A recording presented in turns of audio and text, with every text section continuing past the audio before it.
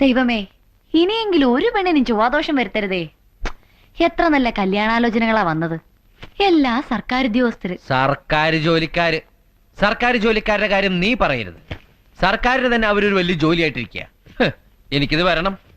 എന്റെയും ചൊവ്വാദോഷം കൊണ്ടാണല്ലോ ഞാൻ ഇതുപോലെ ഓരോന്ന് കേൾക്കണത്. എടി നന്ദി വേണോടി, നന്ദി. ഈ കിഴക്കേതിൽ സുന്ദരേശൻ വന്നില്ലായിരുന്നെങ്കിൽ നീ ഇപ്പോഴും കൂമ്പടഞ്ഞ തെങ്ങ് പോലെ മൂത്ത് നരച്ച് നിന്ന് പോയനെ. അന്ന് നിന്റെ അച്ഛൻ കൃഷ്ണൻ. ഓ, ഇപ്പോഴും എന്റെ അച്ഛൻ കൃഷ്ണൻ തന്നെയാ. ആ കൃഷ്ണൻ, കാട്ടുവള്ളി കൃഷ്ണൻ നിന്റെ മുഖത്ത് നോക്കി പറഞ്ഞു, നീ ചത്താലും മറക്കരുത്.